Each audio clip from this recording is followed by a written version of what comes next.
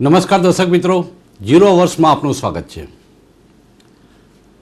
Bharatiya Janata party, Congress અને અન્ય રાજકીય પક્ષો બેઠકની પોતાની ઉમેદવારી જાહેર કરવાના અત્યારે કવાયત આખરી તબક્કામાં છે।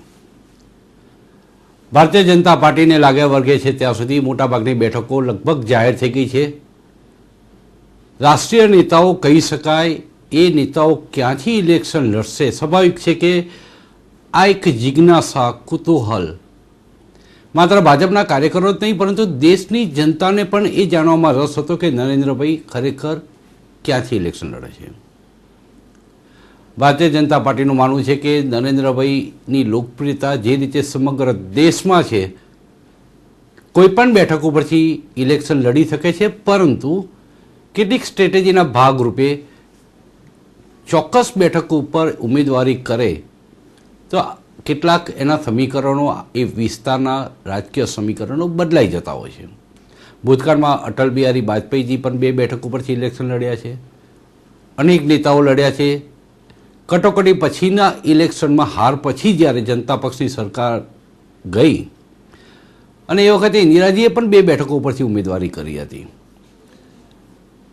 છેક સુધી એક સસ્પેન્સ રહ્યું કે ખરેખર ક્યાંથી લડશે નરેન્દ્રભાઈ આ વખતનું ઇલેક્શન। નરેન્દ્રભાઈ માટે વડોદરા અને વારાણસી નક્કી થયા અને અડવાણીજી માટે ગાંધીનગરની સીટ જ્યારે ડિક્લેર થઈ, કારણ કે અડવાણીજીએ થોડા સમય પહેલાં એમ કહ્યું હતું, ગુજરાતની મુલાકાતે આવ્યા ત્યારે પણ એમ કહ્યું હતું કે તેમની ઈચ્છા ગાંધીનગરની લોકસભાની બેઠક ઉપરથી ઇલેક્શન લડવાની છે। થોડુંક ખેંચતાન ચાલી, રીસામણા મનામણા ચાલ્યા, પ્રજામાં પણ એક પ્રકારની ઉત્સુકતા હતી કે એવું કયું કારણ છે કે અડવાણીજી હવે ના પાડે છે। આ બધી બાબતોનો સૌ પોતપોતાની રીતે તાગ મેળવવાની કોશિશ કરે છે, પણ ભારતીય જનતા પાર્ટી આ બાબતમાં શું કહેવા માગે છે ત્યાંથી માંડીને અત્યારનો જે રાજકારણનો સિનારીઓ છે એની પણ ચર્ચા આજે આપણે કરીશું। અને ભારતીય જનતા પાર્ટીના વરિષ્ઠ નેતા, પૂર્વ મંત્રી એવા IK જાડેજાજી આજે આપણી સાથે ઉપસ્થિત છે। જાડેજા બાપુ, આપનું સ્વાગત છે 0 ઓવર કાર્યક્રમમાં।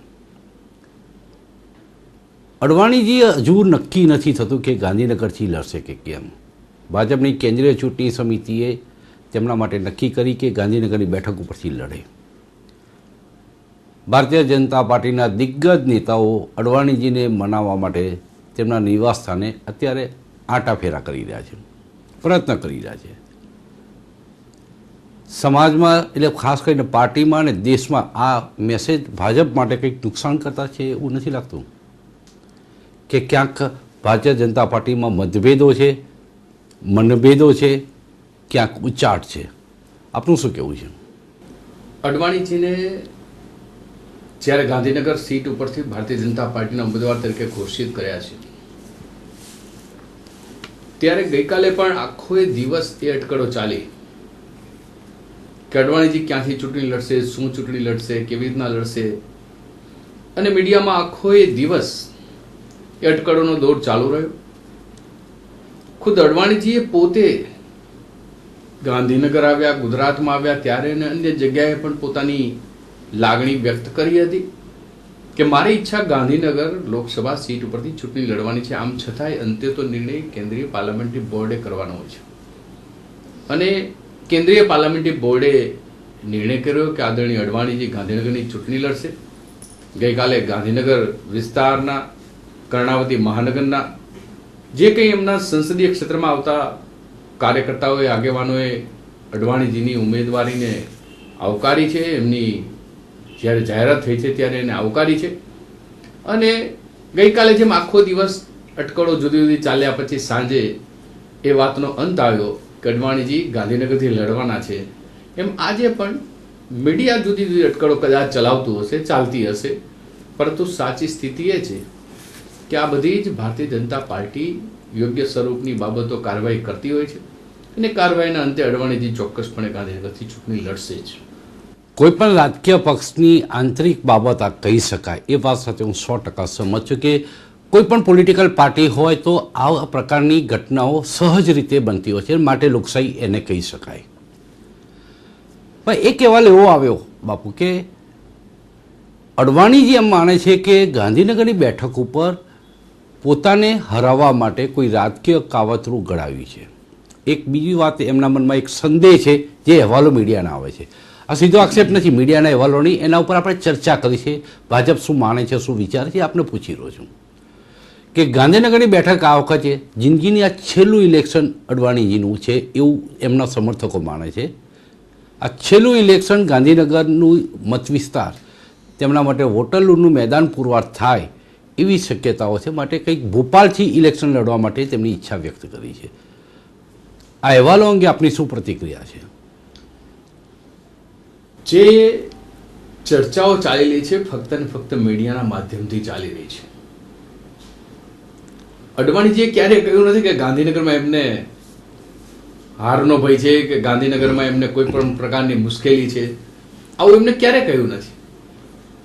એમને બહાર કોઈ ઈચ્છાઓ પણ વ્યક્ત કરી નથી. કદાચ પાર્લામેન્ટરી બોર્ડ પાસે કોઈ ઈચ્છાઓ વ્યક્ત કરી હોય તે અન્ય બાબત છે.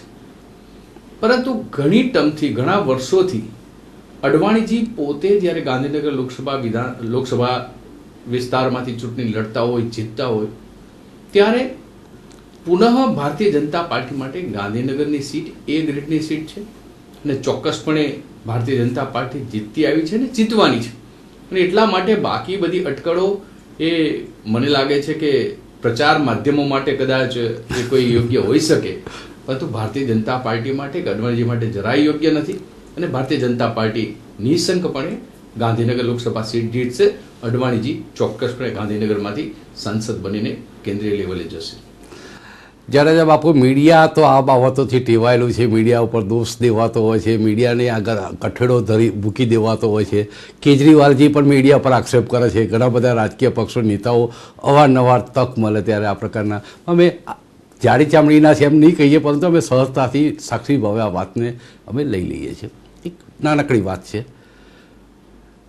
2004માં લોકસભાનું ઇલેક્શન થયું ત્યારે ગાંધીનગરની બેઠક ઉપરથી 2,17,000ની સરસાઈથી અડવાણીજી જીત્યા હતા. 2009માં અડવાણીજીને મતોની સરસાઈ ઘટીને 1,21,000 થઈ. કદાચ ડિલિમિટેશન આના માટે કારણભૂત હશે. પણ અડવાણીજીના સમર્થકો, એટલે સત્તાવાર સમર્થન નથી મળતું કે ગાંધીનગરની બેઠક માટે અડવાણીજીનો આવો કેમ આગ્રહ છે કે મારે અહીં નહીં પણ ભોપાલથી લડવું છે. પણ જે પણ સાચા કે ખોટા જે અહેવાલો બહાર આવી રહ્યા છે, ધુમાડો છે ક્યાંક આગ હશે એમ માનીએ તો સમર્થકો જે કહે છે કે આ સરસાઈ ઘટી રહી છે અને આ વખતે સાવ તળિયે જઈ શકે છે, માટે અડવાણીજી ગાંધીનગરની બેઠક ઉપરથી લડવાની ના પાડે છે. આ વાતમાં દમ કેટલો? હું સત્તાવાર સમર્થન નથી વાક્ય બોલ્યા પછી હું આ વાત પૂછું છું કે આવા જે અહેવાલો પ્રસારિત થઈ રહ્યા છે, આવી રહ્યા છે, કોઈ પણ પ્રકારની આવી વાતોમાં ક્યાંય તથ્ય નથી. જ્યારે ક્યાંક કંઈ કોઈ અટકળો ચાલતી હોય તો એને અટકળોને કહીને કોઈ પ્રકારે વેગ આપવા માટે આવી બધી બાબતો ચાલતી હોય છે. રહી 2004 અને 2009ની સરસાઈ માટેની, કદાચ સમગ્ર ગુજરાતને ખ્યાલ હશે કે 2004માં ગાંધીનગર એકની નહીં, 2004થી 2009માં ગાંધીનગર એકની નહીં, અનેક એવા સંસદીય ક્ષેત્રો હતા કે જેની લીડમાં ઘટાડો થયો, ક્યાંક વધારો થયો. 2-3 કારણો છે એના. એક કારણ તો એ છે કે ડિલિમિટેશન નવી તરહથી અમલમાં આવ્યું અને એના કારણે મત વિસ્તારોમાં કોઈ કોઈ પ્રકારના ફેરફાર થયા. જ્ઞાતિ સમીકરણોમાં પણ ક્યાંક ક્યાંક કોઈને કોઈ ફેરફાર થયા. બીજી બાબત એ છે કે 2009માં 2004 કરતાં મતદાન ઓછું થયું.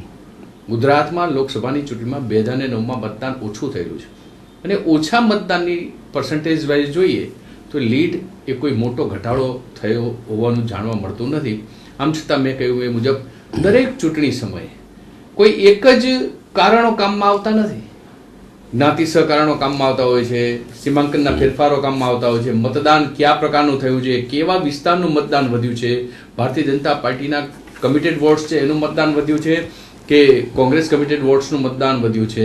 આવી અનેક બાબતોની અટકળો ચાલ્યા કરતી છે. એના આધારે નિર્ણયો જે તે ચૂંટણીઓમાં થતા હોય છે.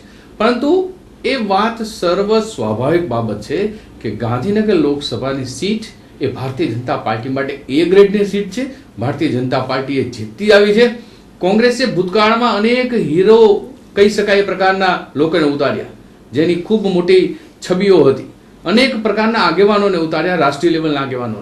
આમ છતાંય ગાંધીનગર લોકસભા સીટ ભારતીય જનતા પાર્ટી જીતી આવી છે અને એટલા માટે આ સીટ અવશ્યપણે ભારતીય જનતા પાર્ટીની જ છે અને ભારતીય જનતા પાર્ટી જીતી શકે એમાં કોઈ શંકાને સ્થાન નથી. બાપુ, આ વખતે સૌથી અગત્યનો જે સવાલ લોકોમાં એક ચર્ચાનો વિષય બન્યો છે કે આ વખતનું ઇલેક્શન છેલ્લા 60 વર્ષ દરમિયાન લોકસભાના ઇલેક્શન જેટલા પણ થયા છે, 15 લોકસભાના ઇલેક્શન પૂરા થયા છે, 16મી લોકસભા છે.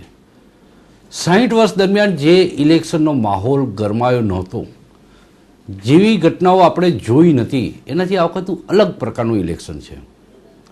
એક જબરજસ્ત એક માહોલ દેશભરમાં, એક ઉત્તેજના, ઉન્માદ, ઉત્સાહ, આ બધા જ પ્રકારનો માહોલથી વાતાવરણ ગરમાવ્યું છે. ભારતીય જનતા પાર્ટી પાસે આ વખતે ઇલેક્શનમાં લોકો પાસે જવા માટે મુખ્ય મુદ્દાઓ કયા મુદ્દાઓ લઈને આપ જશો? ભારતીય જનતા પાર્ટી એના ઇલેક્શન મેનિફેસ્ટોમાં મુદ્દાઓ નક્કી કરીને લોકો પાસે જશે, પણ લોકોએ સ્વયંભૂ રીતે મુદ્દાઓ નક્કી કરીને ચૂંટણી મોડ, ઇલેક્શન મોડમાં મતદારોએ સૌથી પહેલા તૈયારી કરી લીધી હોય એ પ્રકારનું સ્પષ્ટપણે આખા દેશમાં જણાઈ આવે છે. 1857માં કમળ અને રોટી મુખ્ય નિશાનતા મુદ્દો હતો, સુરાજ્યની લડાઈ હતી. 2014માં કમળ અને મોદી એ બંને મુદ્દા છે, સ્વરાજ્યની લડાઈ છે. એટલે કે સુરાજ્યથી સ્વરાજ્ય સુધી પહોંચવા માટે આ દેશે અત્યાર સુધી જે કોઈ તપશ્ચર્યા કે અપેક્ષા કે ઈચ્છા જેને વ્યક્ત કરી છે, એમને અત્યારે 2014માં એક સ્વપ્ન સ્પષ્ટપણે જણાઈ આવે છે કે સ્વરાજ્યથી સુરાજ્યની દિશામાં હિન્દુસ્તાન ભારતીય જનતા પાર્ટીની આગેવાની નીચે, નરેન્દ્રભાઈ મોદીની આગેવાની નીચે જઈ શકે એમ છે. અને એટલા માટે એ બાબતમાં દિશામાં ચોક્કસપણે આખો દેશ એક મત સાથે પોતાનું મન બનાવીને ભારતીય જનતા પાર્ટી માટે વિજયની દિશામાં આગળ વધ્યું એ પ્રકારે જુદી જુદી રેલીઓ દ્વારા, જુદા જુદા સભાઓ દ્વારા સ્પષ્ટપણે જણાઈ આવે છે. બીજી વાત, મેં કહ્યું મુજબ મુદ્દાઓ કેટલાક કોંગ્રેસે સામે ચાલીને નક્કી કરી લીધા છે, એમને આપી દીધા છે દેશને મુદ્દાઓ. પહેલો મુદ્દો ત્રાહિમામ મોંઘવારીનો છે કે આમ સમાજ મોંઘવારીમાં છેલ્લા 10 વર્ષમાં ત્રસ્ત થઈ ગયો છે. બીજો મુદ્દો ગળાડૂબ ભ્રષ્ટાચાર. આઝાદી પછી કોઈ પણ કેન્દ્રની સરકારમાં ક્યારેય ન થયો એવો યુપીએ 1 અને યુપીએ 2 એ બંનેની સરકાર 10 વર્ષમાં દેશને અધોગતિની દિશામાં ધકેલી પ્રકારનો ભ્રષ્ટાચાર એ બધા જ લોકો માટે ત્રાહિમામ કહી શકાય એ પ્રકારનો મુદ્દો એક બન્યો છે. અને ત્રીજો મુદ્દો છે દેશની આંતરિક અને બાહ્ય સુરક્ષા. જે પ્રકારે કોંગ્રેસે આંતરિક અને બાહ્ય સુરક્ષામાં આંખ આડા કાન કર્યા છે, વોટ બેંકની રાજનીતિ અપનાવીને જે પ્રકારેનું કાર્ય કર્યું છે, એના કારણે મતદારોએ મન બનાવી લીધું છે કે હવે કોંગ્રેસ મુક્ત ભારત જોઈશે જ, અને એ દિશામાં વિકલ્પ ભારતીય જનતા પાર્ટી છે. અને ભારતીય જનતા પાર્ટીની સાથે ચાલવા માટે દેશના મતદારો આવા અનેક મુદ્દાઓ લઈને આગળ વધી રહ્યું છે. બાકીના અનેક મુદ્દાઓ એ ઇલેક્શન મેનિફેસ્ટોમાં જાહેર થશે. એ મુદ્દાઓ પણ ચોક્કસપણે હોઈ શકે. વિકાસની સાથે ચાલવાનો ભારતીય જનતા પાર્ટીનો હંમેશા એક સંકલ્પ છે. નરેન્દ્રભાઈ મોદીએ 2001માં ગુજરાતમાં આવ્યા ત્યારથી વોટ બેંકની રાજનીતિના બદલે વિકાસની રાજનીતિના દર્શન સમગ્ર દેશને કરાવ્યા અને આજે દેશ એ વિકાસની રાજનીતિ તરફ ખેંચાયો છે, આકર્ષાયો છે. નરેન્દ્રભાઈ મોદીની સ્વીકૃતિ એ ખૂબ મોટી ઊંચાઈ સુધી પહોંચી છે. સુરાજ્યની વાત કરી આપે. ગુજરાતમાં સુરાજ્ય જોવા માટે અરવિંદ કેજરીવાલ આવ્યા અને ભારતીય જનતા પાર્ટીના કાર્યકરોએ એમનું રેગિંગ કર્યું. ક્યાંક હુમલો થયો, ક્યાંક ધરણા થયા, ક્યાંક દેખાવો થયા. દિલ્હીના પૂર્વ સીએમ હોવાના નાતે પણ ગુજરાતના સીએમ જો મુલાકાત આપે, ખુલ્લા મને ચર્ચા થઈ જાય, એવો કેજરીવાલનો આગ્રહ હતો. કેજરીવાલ અંગે આપ શું માનો છો કે તેની મનસા મેલી હતી, તેનો ઈરાદા ખરાબ હતા, એ જે કઈ વાતો થાય છે, પણ વિરોધીઓને પણ કન્વિન્સ કરી શકાય જો એવું મોડેલ ગુજરાતનું હોય તો ચર્ચા શા માટે નથી થતી, એવું કેજરીવાલ હંમેશા પૂછે છે. અરવિંદ કેજરીવાલ એને મીડિયા અને સમગ્ર દેશ આજે ઓળખી ગયો છે. એમનો એક નિયમ છે કે થૂકવું અને ભાગવું. થૂકવા અને ભાગવા સિવાય આ છેલ્લા 1 વર્ષમાં અરવિંદ કેજરીવાલે કંઈ જ કર્યું એવું ક્યાંય કોઈ સ્પષ્ટપણે જણાતું નથી. એમની છબી જે પ્રકારની બનાવવા માટેના પ્રયાસો થયા, એ છબી અત્યારે કયા સ્ટેજે આવીને ઊભી છે એ બધા જાણે છે. હવે કહે છે કે હું વારાણસીથી નરેન્દ્ર મોદીને અટકાવીશ. જે વ્યક્તિ પોતાની ખાંસીને અટકાવી શકતા નથી એ કાશીથી વારાણસીથી નરેન્દ્ર મોદીને કયા પ્રકારે અટકાવી શકશે એ સૌથી મોટો સવાલ છે. રહી વાત ગુજરાતની, ગુજરાતમાં અરવિંદ કેજરીવાલ જ્યારે આવ્યા ત્યારે ડાઈ વાતો કરે, પણ ટોલ ટેક્સ ઉપર ટોલ ટેક્સ ભરવા માટેની જરાય દરકાર એમને ન કરી. સડસડાટ ગાડીઓ એમની નીકળી ગઈ. જે પ્રાઇમરી હેલ્થ સેન્ટર માટે એમને મીડિયામાં સ્ટેટમેન્ટ આપ્યું, ત્યાં પ્રાઇમરી હેલ્થ સેન્ટર છે જ નહીં, પ્રાઇમરી હેલ્થ સેન્ટર છે જ નહીં, એ પ્રકારની સ્થિતિનું સર્જન એમને કર્યું છે. આવા અનેક મુદ્દાઓ છે કે અરવિંદ કેજરીવાલે કોકના ભરોસે ગુજરાતનું વર્ણન કરવાનું કાર્ય કર્યું. કોંગ્રેસનું પાછલા બારણેથી સમર્થન લઈને અરવિંદ કેજરીવાલ એ ભારતીય જનતા પાર્ટીને, નરેન્દ્ર મોદીને રોકવા માટેના પ્રયાસો કરતા હોય. સીધી લડાઈમાં કોંગ્રેસ પરાસ્ત થઈ ગઈ છે. 3 આંકડે કોંગ્રેસ પહોંચી એવી સ્થિતિમાં નથી, અને એવા સ્વરૂપમાં અરવિંદ કેજરીવાલનો કોઈને કોઈ પ્રકારનો ઉપયોગ કરીને આ પ્રકારની સ્થિતિમાં જવું એવું સ્પષ્ટપણે જણાય આવે છે. દેશ આખોય અરવિંદ કેજરીવાલને ઓળખી ગયો છે. અમે કંઈક કહીએ એના બદલે લોકશાહી પદ્ધતિથી ચોક્કસપણે દેશના મતદારો, ગુજરાતના મતદારો એમને જવાબ આપશે. દેશની જનતા અરવિંદ કેજરીવાલને ઓળખી ગઈ છે. જાડેજા બાપુ, દેશની જનતા ઓળખે કે ના ઓળખે, ભારતીય જનતા પાર્ટી ઓળખી જાય એક બહુ અગત્યનું છે. કારણ કે જે રીતે અરવિંદ કેજરીવાલ દિલ્હીમાં ક્યાંક એને દેખાવ કર્યો અપેક્ષા કરતા, એટલે ભારતીય જનતા પાર્ટીના દિગ્ગજ નેતાઓનું પણ આટલી અપેક્ષા નહોતી, એ દેખાવ કર્યો. ગુજરાતના સીએમને મળવા માટે અચાનક પલટો મારીને જે રીતે ગાંધીનગર દોડી આવ્યા, મહારાષ્ટ્રની મુલાકાત વખતે મહારાષ્ટ્રના સીએમને મળવા માટેની કરશી એ વખતે ન બતાવી, એટલે ક્યાંક અંદેશો છે કે ક્યાંક એમની કોઈ બીજી પોલિટિકલ રમત હશે એવું સતત ભાજપ તરફથી પણ એમની મીડિયામાં કોઈને કોઈ સ્વરૂપે રહેવા માટેની જે ઘેલછા રહેલી છે, કંઈક એવું નાટક કરવું, કંઈક એવી તિકડમબાજી કરવી જેના કારણે મીડિયામાં રહેવાય, પ્રચારાત્મક માધ્યમોમાં રહેવાય, અને મુખ્યમંત્રી નરેન્દ્રભાઈ મોદીને મળવા માટે તાત્કાલિક નીકળી જાય. પોતે પણ મુખ્યમંત્રી રહી ચૂક્યા છે, પોતે પણ આ બધી જ બાબતો, આખોથી દેશની બધી બાબતોથી પરિચિત છે કે કયા પ્રકારની મુલાકાત હોય, કયા પ્રકારની ચર્ચા હોય, પરંતુ તિકડમબાજી કરીને પ્રચાર માધ્યમોમાં રહેવાની એમની ટેવ, એમની ઘેલછા એ સમગ્ર દેશ હવે ઓળખી રહ્યો છે. જાડેજા બાપુ, આપણે વાત કરી કે આંતરિક સુરક્ષા અહમ મુદ્દો આ વખતે પ્રચારમાં, જે બીજા મુદ્દાઓ છે એ પૈકીનો એક મુદ્દો રહેશે, પણ અહમ મુદ્દો રહેશે. એનડીએનું શાસન હતું ત્યારે સંસદના દરવાજા સુધી ત્રાસવાદીઓ પ્રવેશી ગયા, તો આંતરિક સુરક્ષાનો મુદ્દો તે વખતે પણ એટલો જ અહમ હતો. યુપીએ એ જ કહે છે કે આંતરિક સુરક્ષાનો મુદ્દો અત્યારે ભારતીય જનતા પાર્ટી દ્વારા ઉછાળવામાં આવી રહ્યો છે. એનડીએમાં તો આનાથી વધારે પડકારો હતા. સંસદ ભવનની સુધી પહોંચી ગયેલા ત્રાસવાદીઓ ત્યાં સુધી તે વખતના તત્કાલીન ગૃહપ્રધાન અને નાયબ વડાપ્રધાન અડવાણીજીને પણ આની જાણકારી નહોતી. તેમના સિક્યુરિટી ગાર્ડને પૂછતા હતા કે એ ફટાકે કી આવાજ કહાં સે આ રહી હૈ. ગાંધીનગરમાં અક્ષરધામમાં જે બન્યું અને ત્યાંથી મંત્રીમંડળનું નિવાસસ્થાન કેટલું દૂર હતું. એટલે આંતરિક સુરક્ષા કોઈ પણ પોલિટિકલ પાર્ટી હોય, સર્વકાળ અત્યારના સમયમાં અમેરિકા જેવી મહાસત્તા માટે પણ એક પડકાર છે, દેશ માટે પણ એક પડકાર છે. એ વાત આપ સ્વીકારશો કે નહીં? આંતરિક સુરક્ષા ચોક્કસપણે સમગ્ર દેશ અને દુનિયા માટે પડકારો છે, અને પડકારો ઝીલવા માટે બધા જ તૈયાર એ દિશામાં થઈ રહ્યા છે, એમાં કોઈ શંકાને સ્થાન નથી. તમે કહ્યું બનાવો બન્યા હશે અને બન્યા છે, પણ એ પડકારને પહોંચી વળવા માટે એનડીએની, ગુજરાતની ભારતીય જનતા પાર્ટીની સરકારોએ સંપૂર્ણપણે કાર્ય કર્યું છે. ત્યારે કોઈએ દોષારોપણ કર્યું નથી, પરંતુ તફાવત ત્યાં છે કે ભારતીય જનતા પાર્ટી આંતરિક સુરક્ષા માટે ક્યારેય કંઈ જતું કરતી નથી.